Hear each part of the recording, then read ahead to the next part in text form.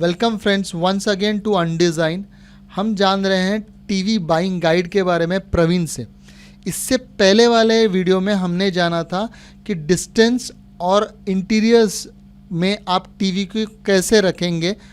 अभी हम जानते हैं कि टीवी के जो पैनल्स आते हैं जो हमें बहुत कंफ्यूज करते हैं, जैसे एलईडी, एलसीडी, ओएलईडी, क्यूएलईडी, ये सब क्या हैं। तो प्रवीण, एक्चुअली ये सब क्या है और मैं कैसे खरीदूं, क्या खरीदूं?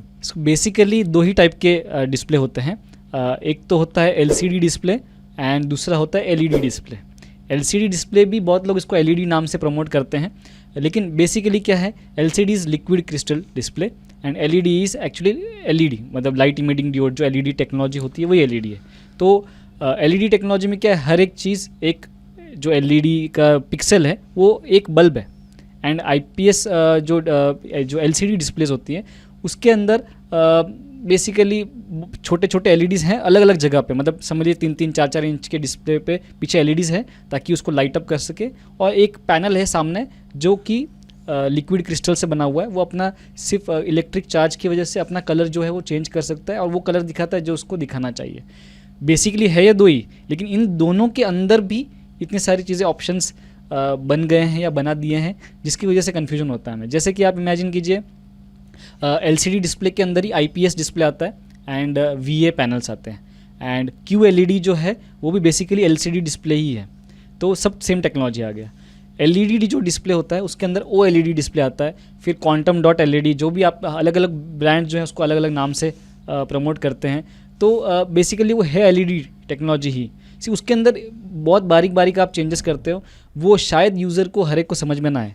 तो डिपेंड्स, ये दोनों में से आपको कौन सा टेक्नोलॉजी लेना है वो आप सजेस्ट ये कर सकते हैं। तो आपका कहना ये है कि दो ही बेसिक टाइप ऑफ डिस्प्ले हैं, एक है लिक्विड क्रिस्टल और दूसरा एलईडी। करेक्ट। और उसी के ऊपर रिसर्च करके और भी उसी को ऑप्शंस बनाए गए हैं। जी। तो 4K, 2K, 3K ये सब क्या है? ये सब it's just resolution of the same display. वो दोनों ही कैटेगरी में आप बन सकते हैं। एलसीडी के केस में भी सेम रिजोल्यूशन बन सकता है एंड एलईडी के केस में भी सेम रिजोल्यूशन बन सकता है। वो उसका आपका साइज डिराइव करता है पहला, एंड और आपका जो पिक्सल का जो डॉट्स पर इंच है वो डिसाइड करता है, यानी कि 1 इंच में आपके कितने ज़्यादा पिक्सल्स वो कवर कर सकता है।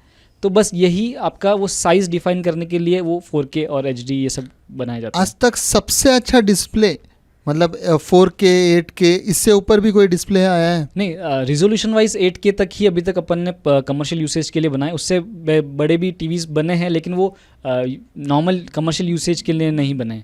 बट यही एक्चुअली साइज़ हम लोग यूज़ कर पाते हैं, इससे ज़्यादा तो कुछ खास यूज़ नहीं आती है। तो ये जैसे जैसे 2K, 4K, 3K होते हैं वो महंगे होते जाते हैं। यस, क्योंकि बेसिकली डिस्प्ले ही सबसे टीवी का सबसे खासियत मेन इंग्रेडिएंट होता है।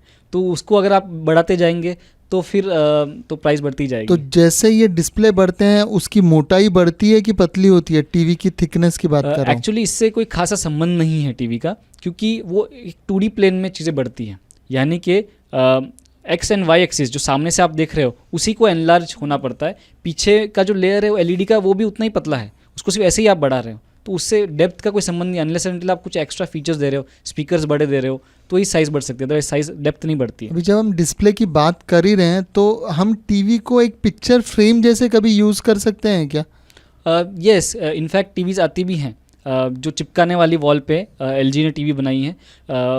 वो बनी सकती थी, क्योंकि बेसिकली बहुत ज़्यादा लेयर्स नहीं होते हैं एक आज के डिस्प्लेज में। सिर्फ ये है कि स्पीकर्स या मदरबोर्ड्स वगैरह ये सब चीज़ डालने के लिए हमें उसको मोटा बनाना पड़ता है। स्पीकर्स को आप हटा दे तो बहुत बोझ हल्का हो जाता है टीवी से। तो उसने LG ने क्या किया है, उसमें से एक बैंड निकाला है और बैंड से कनेक्ट करके उसके सारे मदरबोर्ड या ऑपरेटिंग सिस्टम स्पीकर जो है वो एक नए सेट टॉप बॉक्स में दे दिए। तो जो टीवी इन इटसेल्फ है वो इतनी पतली सी रह जाती है, उसको आप चिपका सकते हो अपनी दीवार पे। और मैंने एक नई एडवर्टाइज भी देखी थी सैमसंग की, जिसमें वो 2 फ्रेम करके एक टीवी को एडवर्टाइज कर रहे थे जी। तो वो फ्रेम के अंदर स्क्रीन सेवर हमेशा रह जाता है, तो फिर आपको द फ्रेम भी सेम ही टेक्नोलॉजी जो LG का मैंने बात किया, उन्होंने उसका सिर्फ उसको नाम वैसे दे दिया है फ्रेम, यानी कि एज इन वो आपका क्योंकि ज़्यादा बाहर नहीं आ रहा है, एक फोटो फ्रेम की जैसे ही दिख रहा है, तो उसको नाम वैसे दे दिया। बाकी अल्टीमेटली अचीव वही किया जाना है कि आपका डेप्थ एकदम ही कम कर दिया है एंड बॉर्डर्स जो हैं वो एकदम ही मिनिमाइज़ कर दिए हैं, तो वो अभी टीवी जैसे नहीं लग रही, वो एक फ़ोटो फ्रेम जैसी लग रही है। प्रवीण, अभी आखिरी सवाल, तो मैं कैसे जानूं कि मुझे कौन सा पैनल लेना चाहिए? What is best for me? वैसे तो आप देख लो तो आईपीएस और एलईडी में आप तब तक या एलसीडी में कुछ फ़र्क आप ऐसा देख नहीं सकते हो एक नॉर्मल ह्यूमन आई से। आपको वो बहुत पास से आप जब देखते हो तो एक समझ में आता है डिस्टेंस वाइज। दूसरा ये है कि आपको जो कलर का जो रेशियो है, कॉन्ट्रास्ट है, वो एलईडी में ज़्यादा अच्छे से मिलता है। मतलब ब्लैक ज़्यादा ब्लैक बनते हैं और वाइट्स जो हैं वो ज़्यादा वाइट, मतलब जो कॉन्ट्रास्ट रेशियो है बहुत ज़्यादा अच्छा होता है एलईडी में। तो आपको कॉन्ट्रास्ट अगर अच्छा चाहिए, आप पैसे स्पेंड कर सकते हैं, तो आपको एलईडी लेना चाहिए। आपको कॉन्ट्रास्ट से कोई फ़र्क नहीं पड़ता है, रिजोल्यूशन ही आपके लिए मैटर कर रहा है, तो आप आईपीएस या वीए पैनल में भी जा सकते हैं एलसीडी डिस्प्ले में, जिसकी कॉस्ट कम होगी, कम भी होगी। यस, 100%। Thank you Praveen. तो होप करते हैं कि इस सारे डिस्कशन से आपको ये समझ में आया होगा कि कौन सा पैनल आपको खरीदना चाहिए आपके बजट के हिसाब से। तो अब नेक्स्ट वीडियो में जानते हैं इन्हीं पैनल्स के फीचर्स के बारे में, ताकि और क्लैरिटी मिले आप कौन सा टीवी खरीदें।